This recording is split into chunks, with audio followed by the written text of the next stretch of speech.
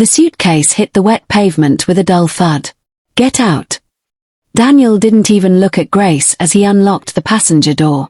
Rain poured so heavily that it drowned out almost every sound around them. Grace stared at him, hoping he would say it was all out of anger, that he would tell her to get back inside the car. Instead, he pointed toward the old women's shelter across the street. "You said life is about kindness," he said coldly. "Go and learn what real life looks like. Stay there. Maybe then you'll understand why you've been nothing but a burden."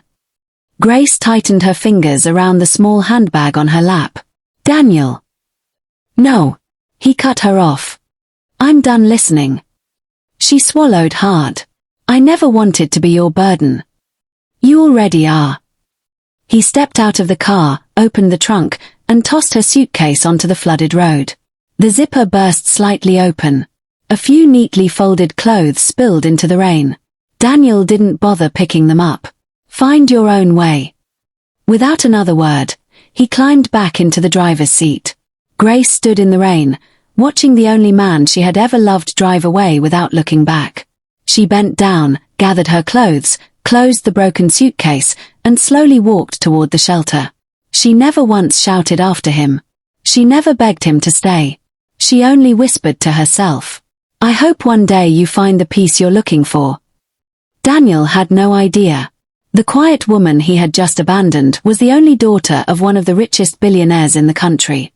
If you're already wondering how someone could throw away the greatest blessing of his life without knowing it, make sure you subscribe, like this video, and stay until the very end. What happens next will completely change everything. 3 years earlier, Daniel had been a different man. He wasn't rich. He wasn't powerful. But he smiled often. He believed hard work could change anyone's future. Every morning he left home before sunrise, chasing construction contracts that rarely came his way. One afternoon, after another disappointing meeting, he stopped at a roadside food stall. The woman serving customers moved quietly from table to table, wearing a simple blue dress and a warm smile. That woman was Grace.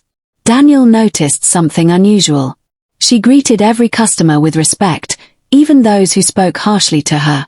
When an elderly woman realized she had forgotten her purse, Grace smiled. "It's all right, Mama. Eat first. You can pay another day." The old woman looked surprised.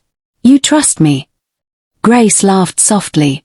"If we stop trusting people completely, the world becomes a lonely place." Daniel couldn't stop watching. As he paid for his meal, he asked, "Do you always help strangers?" Grace shrugged. "My father always said money comes and goes. Kindness stays." Daniel smiled. "Your father sounds wise." "He is." She didn't say another word. She certainly didn't mention that her father owned one of the largest business empires in the country. Months before meeting Daniel, Grace had walked away from everything.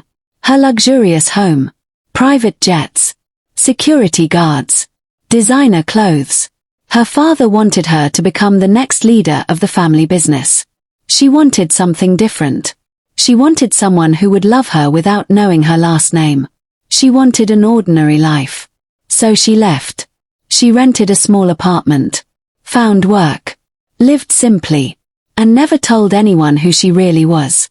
Daniel kept returning to the food stall. At first it was for lunch. Later, it became because of Grace. Their conversations grew longer. "What would you do if you became rich?" Daniel asked one evening. Grace smiled. "I'd still eat here." He laughed. "No, seriously." "I am serious." "You wouldn't buy a mansion. A home is enough.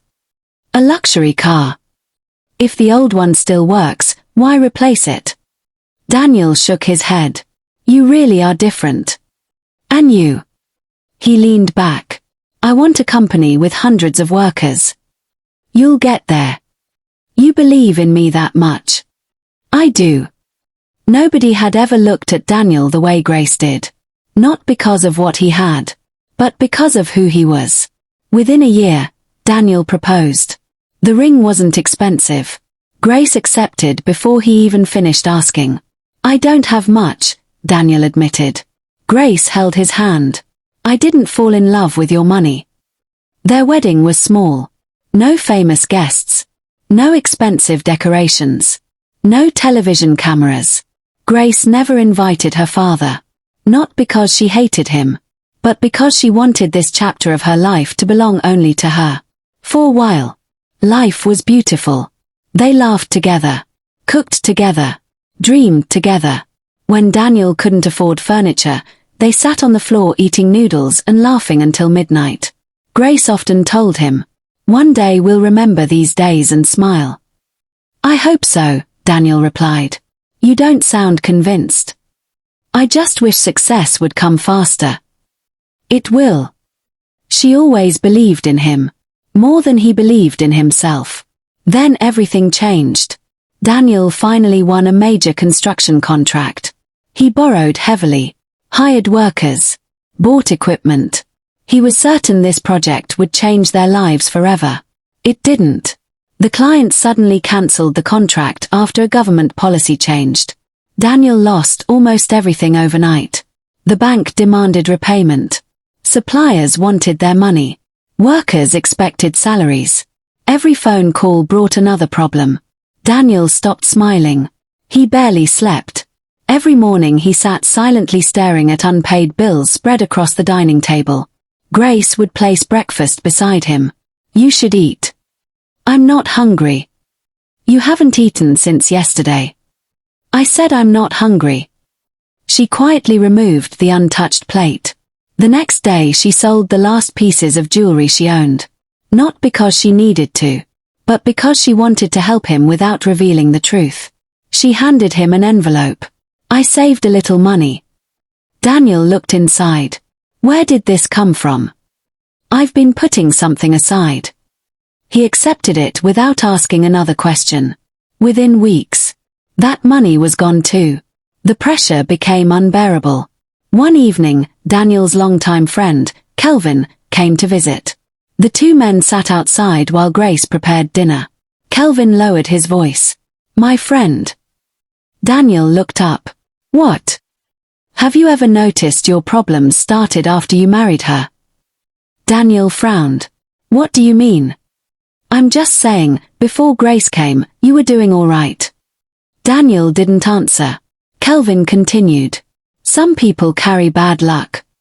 "Stop talking nonsense." "I'm serious. You've borrowed money, lost contracts, and nothing works anymore."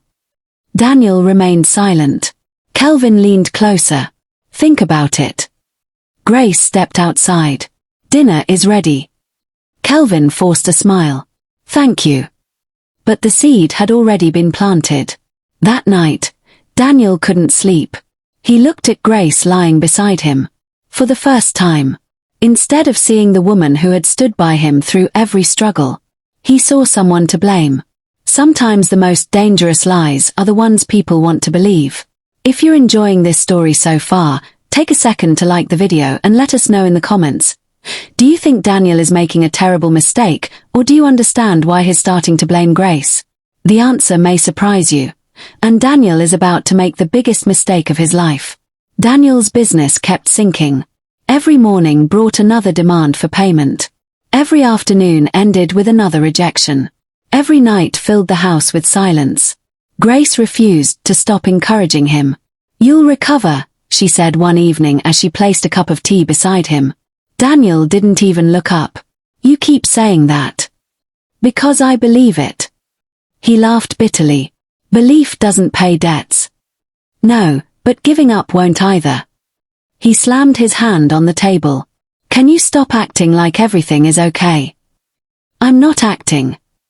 "Then what are you doing?" "I'm standing with my husband." He stood so quickly that his chair fell backward. "I don't need someone to stand with me. I need someone who can actually help." Grace froze. "I've tried." "Tried?" Daniel scoffed. "How?" "By praying. By smiling. By telling me tomorrow will be better." She lowered her eyes. "I've done everything I could." "You've done nothing." The words echoed through the room. A long silence followed. Daniel grabbed his jacket and walked out. Grace remained standing where she was, quietly wiping away the tears that had finally escaped. The next morning, Daniel learned that the bank had officially begun the process of seizing his equipment. He rushed from office to office, begging investors to give him one last chance.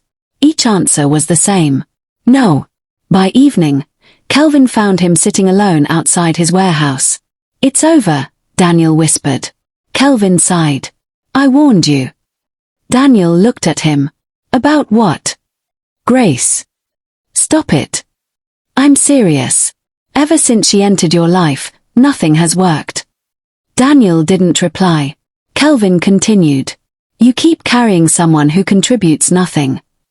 Daniel clenched his fists. "I loved her." "And where has love brought you?"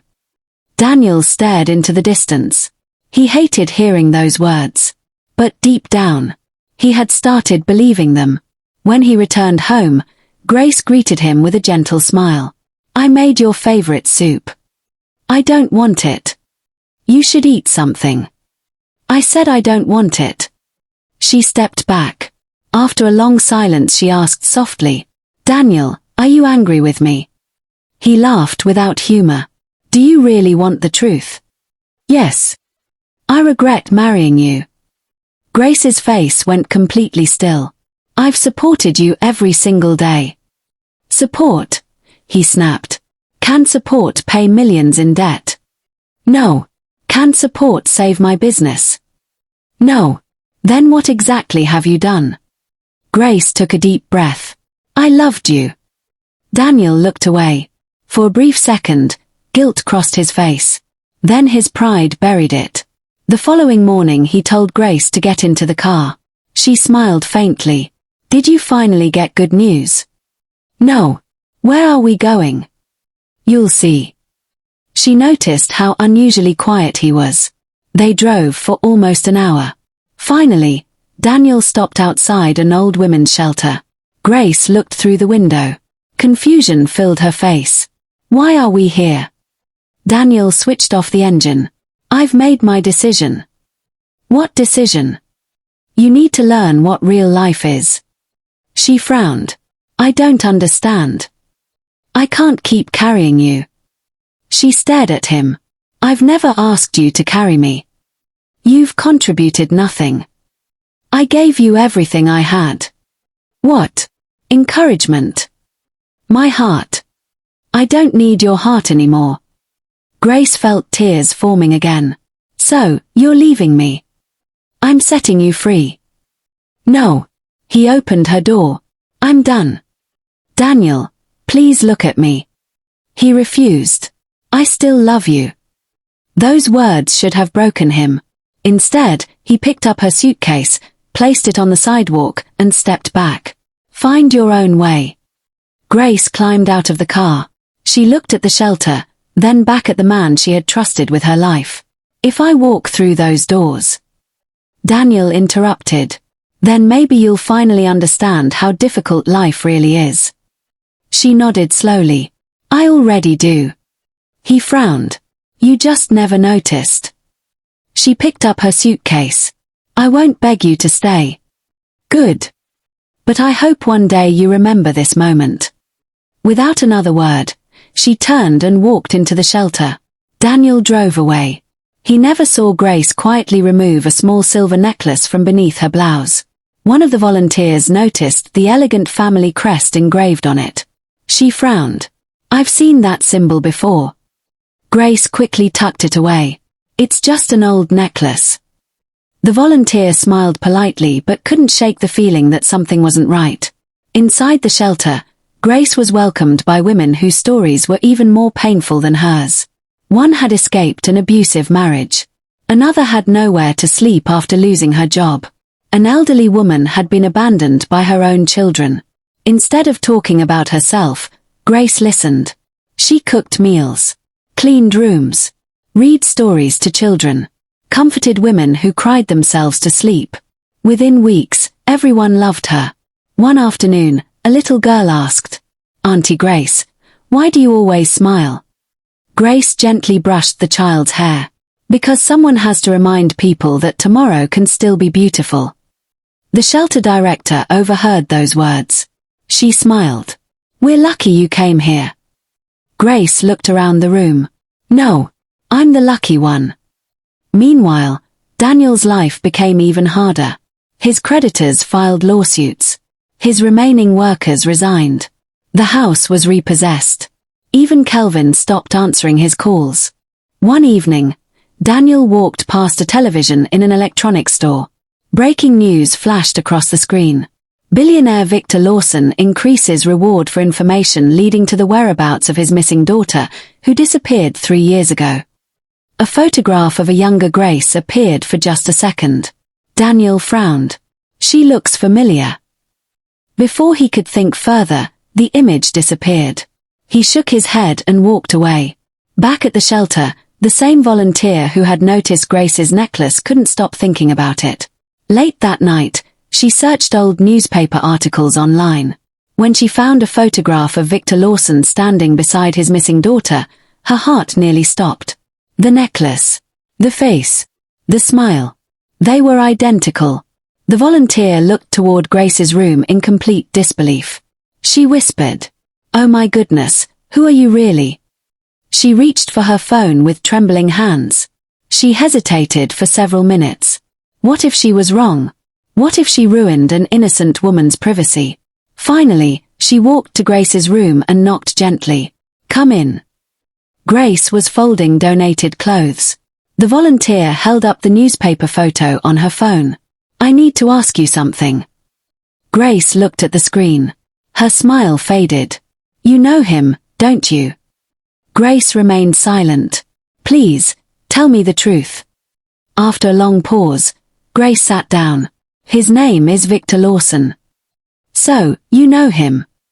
Grace nodded slowly. "He's my father." The volunteer covered her mouth in shock. "My God. I never wanted anyone here to know. Why would the daughter of a billionaire live in a shelter?" Grace smiled sadly. "I wasn't looking for money. I was looking for love." "And your husband? He believed I had nothing. What will you do now?" Grace looked toward the window. "I'll keep living honestly." The volunteer couldn't hold back her tears. "I'm sorry for everything you've been through." Grace reached for her hand. "Please don't be sorry. This shelter gave me peace when I had nowhere else to go." The following morning, the volunteer made one phone call. Less than 3 hours later, a convoy of black luxury SUVs pulled up outside the shelter. Everyone stopped what they were doing. Children ran toward the windows. The shelter director stepped outside in confusion. Men in dark suits opened one of the vehicle doors. An elderly man with silver hair stepped out. His hands trembled. His eyes were already filled with tears. "Where is my daughter?" he asked. The director pointed toward the garden. Grace was helping a little boy tie his shoelaces. She looked up. The world seemed to stop. "Dad!" Victor Lawson didn't walk. He ran. He wrapped his arms around Grace so tightly that neither of them could speak. For nearly a minute, they simply cried. "I searched everywhere," he whispered. "I know. I thought I'd lost you forever. I'm sorry." "No," he said, shaking his head. "I'm the one who's sorry. I should have listened to your heart." The women from the shelter watched with tears in their eyes. None of them had imagined that the quiet woman who cleaned their rooms and served their meals was the missing heir to a billion-dollar empire. Victor gently held Grace's face. "Come home." Grace smiled. "I will. But first." She turned toward the shelter director. "I owe these people more than I can ever repay." A week later, every major news station carried the same headline. "Missing billionaire heiress found after living quietly for 3 years." The story spread across the country. People praised Grace for choosing humility over luxury. They praised the shelter for caring for her without knowing who she was. Victor Lawson immediately announced a major expansion of his company, placing Grace at the center of its future leadership. She accepted, but only after insisting that the shelter receive a permanent endowment so no woman would ever be turned away for lack of funds. Across town, Daniel sat alone in a small rented room. The television remote slipped from his hand. "No." He moved closer to the screen. It couldn't be. The woman standing beside Victor Lawson. The woman smiling at reporters. The woman everyone called the billionaire's only child. Was Grace. His Grace. The wife he had abandoned. His knees gave way. What have I done? For the first time, he didn't cry because he had lost his business. He cried because he had lost the one person who had loved him when he had nothing. Days later, Daniel learned that Victor Lawson's company was inviting bids for a massive construction project. Winning it could rescue his company from bankruptcy. He spent 3 sleepless nights preparing the best proposal of his life. When he arrived for the final presentation, his palms were soaked with sweat. The boardroom doors opened. Everyone stood.